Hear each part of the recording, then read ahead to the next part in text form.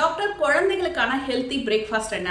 நீங்கள் Horlicks, boost, Bournvita, பீடியாஷோர் எதுவுமே கொடுக்கக்கூடாதுன்னு சொல்கிறீங்க. மார்னிங் குழந்தைங்களுக்கு என்ன ட்ரிங்க் கொடுக்குறது, என்ன ஃபுட் கொடுக்குறது அப்படிங்கிறது நிறையா பேரண்ட்ஸ்க்கு இருக்கக்கூடிய பிரச்சனை தான்.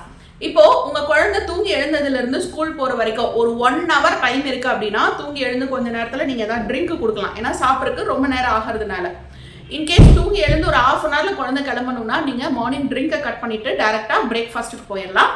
இப்போ ஏன் நம்ம ஹார்லிக்ஸ், பூஸ்ட் எல்லாம் வேண்டாம்னு சொல்கிறோம் அப்படின்னா அதில் அதிகப்படியான சுகரும் டேஸ்ட்டுக்காக ஆட் பண்ணக்கூடிய சில கெமிக்கல்ஸும் சாக்லேட் ஃப்ளேவர்ஸும் அதோட இருக்கிற ப்ரிசர்வேட்டிவும் அதோட நம்ம டைஜஸ்ட் பண்ண முடியாத அளவுக்கான அதிகப்படியான கான்சன்ட்ரேட்டட் சத்துக்களும் நியூட்ரிஷனும் குழந்தைகளுக்கு சில பிரச்சனைகளை ஏற்படுத்தும். இது பசியின்மை, கான்ஸ்டிபேஷன், பல்லில் சொத்த வர்றது, அதிகமாக சுகர் எடுக்கிறனால வெயிட் கெயினும், அதுக்கப்புறம் டீஹைட்ரேஷன், இந்த மாதிரி நிறையா பிரச்சனைகள் ஒவ்வொரு பீரியட் குழந்தைங்களுக்கு ஏற்படும்.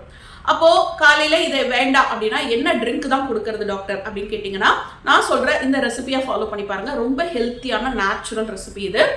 மக்கான், முந்திரி, பாதாம், பிஸ்தா, ஓட்ஸ் இது எல்லாமே ஈக்குவல் ப்ரொபோர்ஷன் எடுத்துக்கோங்க. தேவைப்பட்டால் 2 ஏலக்காய் கூட நீங்கள் சேர்த்துக்கலாம்.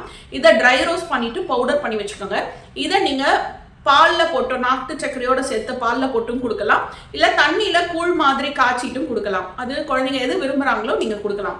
இதை விட்டுட்டு குழந்தைங்க எப்படியாவது பால் குடிச்சா போதும் அப்படின்னு சொல்லிட்டு அதில் ஆட் பண்ணக்கூடிய சாக்லேட் ஃப்ளேவர்டு ட்ரிங்க்ஸு இல்லை ஏதாவது ஒன்று அந்த டேஸ்ட்டுக்காக ஆட் பண்ணக்கூடிய இந்த மாதிரி ரெடிமேட் ஃபுட்ஸை காலையில் குழந்தைங்களுக்கு, காலையில் இல்லை எப்போதுமே குழந்தைங்களுக்கு கொடுக்க வேண்டாம்.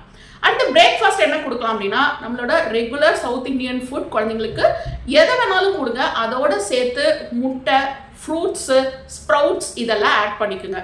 இப்போ நம்ம ரெகுலர் சவுத் இண்டியன் டிஃபனோ இல்லை சாதமோ எது வேணாலும் மார்னிங் கொடுக்கலாம். அதோடு சேர்த்து இதை ஆட் பண்ணிக்கும் போது ஒரு பேலன்ஸ்டு டயட் குழந்தைங்களுக்கு இருக்கும். ஸ்கூலில் போய் ரொம்ப ஸ்லீப்பியாக இருக்கிறதெல்லாம் அவாய்ட் பண்ணிக்கலாம் நம்ம ஃப்ரூட்ஸும் ப்ரோட்டீன்ஸும் கூட ஆட் பண்ணும்போது.